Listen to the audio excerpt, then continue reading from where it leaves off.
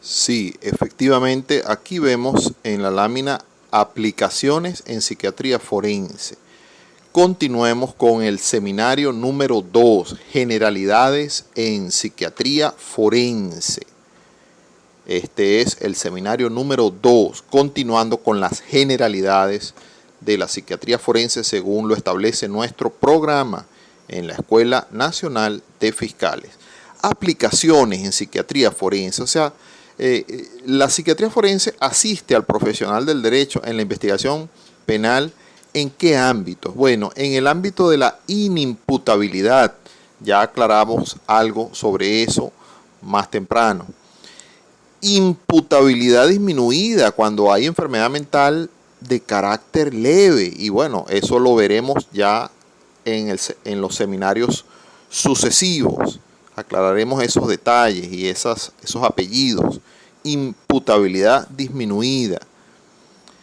Pronóstico y aplicación de medidas de beneficios procesales. Por supuesto que se hace un equipo multidisciplinario que asiste al operador de justicia cuando va a establecer una medida procesal. Ahí hay un trabajador social, hay un psicólogo forense, hay un terapeuta ocupacional, puede haber un neurólogo, un médico internista, un médico cardiólogo, está el psiquiatra forense, de acuerdo a lo que estamos hablando allí en el caso, pues, y si hay una causa de salud, etcétera, etcétera. Pero si es solo salud mental y el comportamiento del sujeto y su peligrosidad, hay que establecer allí los parámetros de peligrosidad del sujeto, si este sujeto sale a la calle, está rehabilitado o no y cuál es su situación, el pronóstico de la medida para el beneficio o negar el beneficio. Intervenir en los tratamientos de los procesados y penados con enfermedad mental. Por ahí había una pregunta sobre esto y bueno, este es un aspecto particularísimo del psiquiatra forense cuando está adscrito, por ejemplo, al Ministerio de Prisiones, donde ejerce una función entonces asistencial, pero ya no es un psiquiatra forense de tribunales en el ámbito pericial, sino que es un psiquiatra forense en el ámbito de la asistencia de salud de los procesados. Entonces ahí sí aplica tratamientos, pues, si trabaja para los centros penales.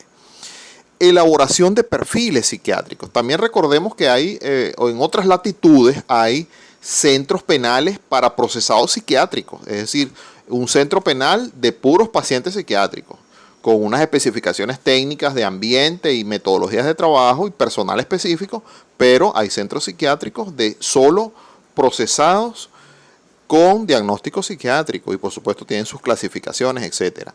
Pero bueno, eso es para el primer mundo.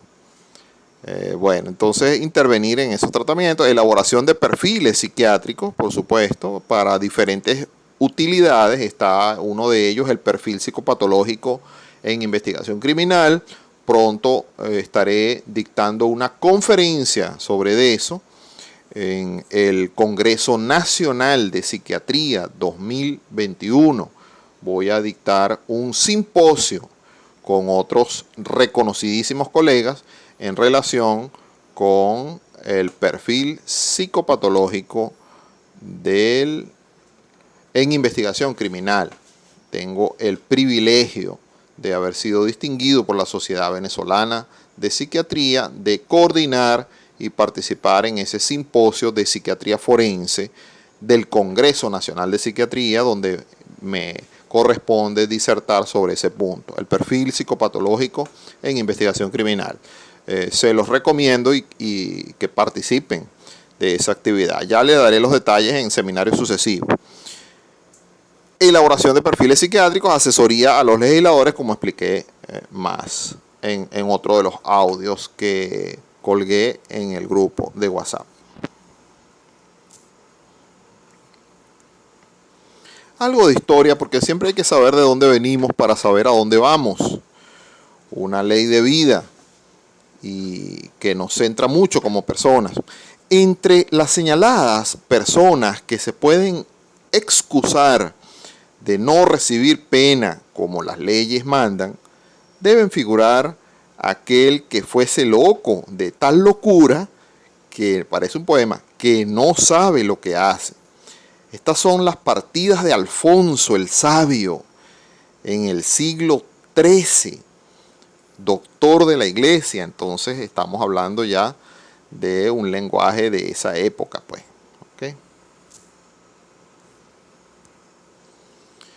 Esta es una data y referencia obligada. En 1843, un joven delirante, Macnaghten, en Londres, asesina al secretario del primer ministro británico y es evaluado por 9 expertos médicos. Este joven fue absuelto por razones de insanía mental. Se promulgó entonces la ley de Macnaghten, que dice, entre otras cosas, ha actuado bajo tal defecto de la razón debido a enfermedad de la mente que no pudo conocer la naturaleza y la calidad del acto, o si pudo, no supo que lo que estaba haciendo era correcto. Entonces ahí aclaran la capacidad jurídica pues del joven Macnaghten, y efectivamente fue declarado insano mentalmente y bueno, se destinó un tratamiento para él. Y es conocido como la ley Macnaghten.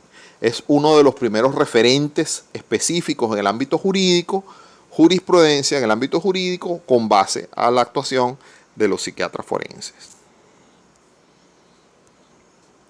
Está Nerio Rojas, 1924, donde apuntaló conceptos como la alienación mental, la insuficiencia de las facultades, que tiene que ver con la capacidad jurídica, como por ejemplo el juicio interferido o juicio insuficiente, alteraciones morbosas de las facultades, como psicosis, delirios, demencia, esquizofrenia, la citábamos en una de las preguntas que hicieron, estados de inconsciencia. Okay, ahí podemos hablar, por ejemplo, de la narcolepsia o del trance onírico, aspectos muy interesantes que trataremos en seminarios posteriores. Ataques epilépticos, ebriedad, la embriaguez patológica, que pudiera ser inimputable a una persona, a un sujeto, el hipnotismo, incluso el sonambulismo, ahí está citado. Una persona puede empuñar un arma y disparar el arma de fuego y producto de esto cometer un homicidio involuntario porque está bajo un trance onírico. Bueno, eso lo hablaremos más adelante en otro seminario. La inconsciencia por emociones patológicas también lo hablaremos más adelante. Pero ya Nerio Rojas en 1924 adelantaba estos conceptos para apoyar la jurisprudencia desde el ámbito de la salud mental. Irresponsabilidad, ya esto es un ámbito más de la actuación del psiquiatra en el sentido de establecer la capacidad jurídica. El presupuesto psicológico de la culpabilidad es la cualidad del hombre mediante la cual da cuenta de sus actos ante la sociedad. La responsabilidad se origina en el mismo momento en que se actúa en el hecho delictivo. Algunas teorías se inclinan para esa hipótesis y compete únicamente al derecho, o sea, al juez, ya que toma en cuenta otros factores. Establecer la responsabilidad. Pruebas del expediente que analiza el juez, los hechos como tal, elementos de convicción que se establecen en el proceso jurídico, agravantes y atenuantes, etcétera, etcétera, y entre ellos pues la prueba pericial, en este caso del psiquiatra forense.